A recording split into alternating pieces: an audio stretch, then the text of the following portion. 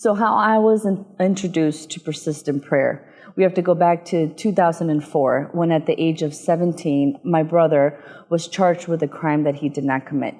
At that time, I knew that there was prayer, just basic prayer, but what I didn't understand is this idea of a persistent prayer, meaning a prolonged prayer for many, many years, because at the time, my brother had a 35-year sentence. And when I was going to church, I learned about praying to God, and how I was praying to God was closing my eyes, but I always have one eye open. Have you answered my prayer yet? I'd close my eyes and, dear God, and then my other eye open. And I realized that I was constantly trying to figure out, like, have you answered my prayer yet, God? What about today? What about tomorrow? And there was this sense of God not hearing me, not listening to me. And God sent me some spiritual mentors as I was developing my relationship with God and learning about prayer and what it means. And these individuals shared with me that there's this idea that when you have prayer with God, that sometimes God is going to take his sweet, sweet time in answering prayer, and that you just have to keep at it and keep praying. And I learned to pray with both of my eyes closed and not immediately wanting an answer from God or needing an answer from God. And as I was walking through my prayer journey, I also was introduced to a very special ingredient to my prayer life, and that was fasting. And so I learned about fasting, and I started praying, and along with that, I decided that I was also going to fast. And so my fast was to not eat beef, pork, or chicken. And I had promised God, I'm not going to eat this until you bring my brother home, until you give him his freedom. And I'm finally going to give everything over to you.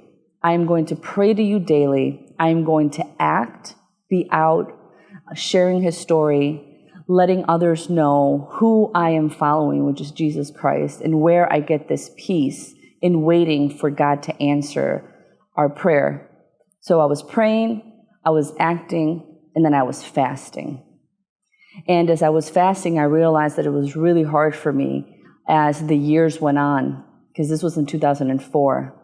And I prayed and fasted for 13 years until God answered our prayer. And my brother was finally able to come home at the age of in his 30s, but in 2017, he finally gained his freedom.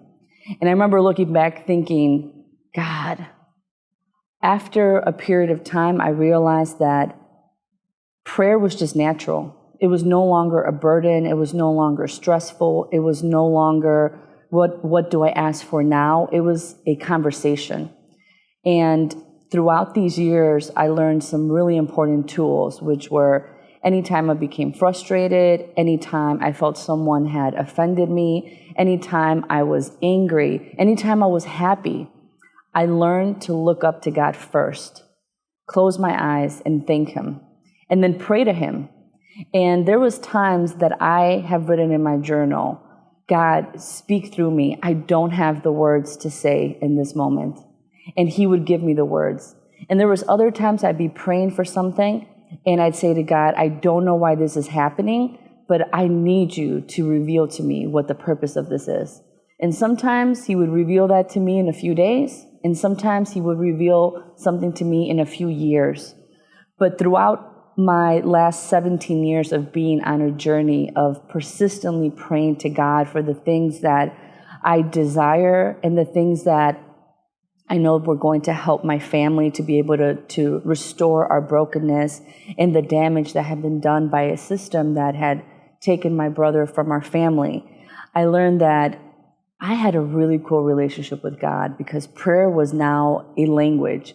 Prayer was a song. And I get the opportunity to be able to share that with people through my testimony and letting them know that you have to start somewhere when it comes to prayer. So my tips for people when it comes to persisting prayer is to start somewhere, pray, act, fast, and then most importantly, repeat, because it's a never-ending thing. And at some point, you'll start to savor the prayers with God and be able to dream about things that you hadn't even thought of before. As he starts to answer prayer here and there, it becomes easier to be able to trust in him 100%. And I no longer have to pray with one eye open. I get to finally close both of my eyes and trust God that in his time, he will be able to answer prayer. And I hope that that is helpful to all of you.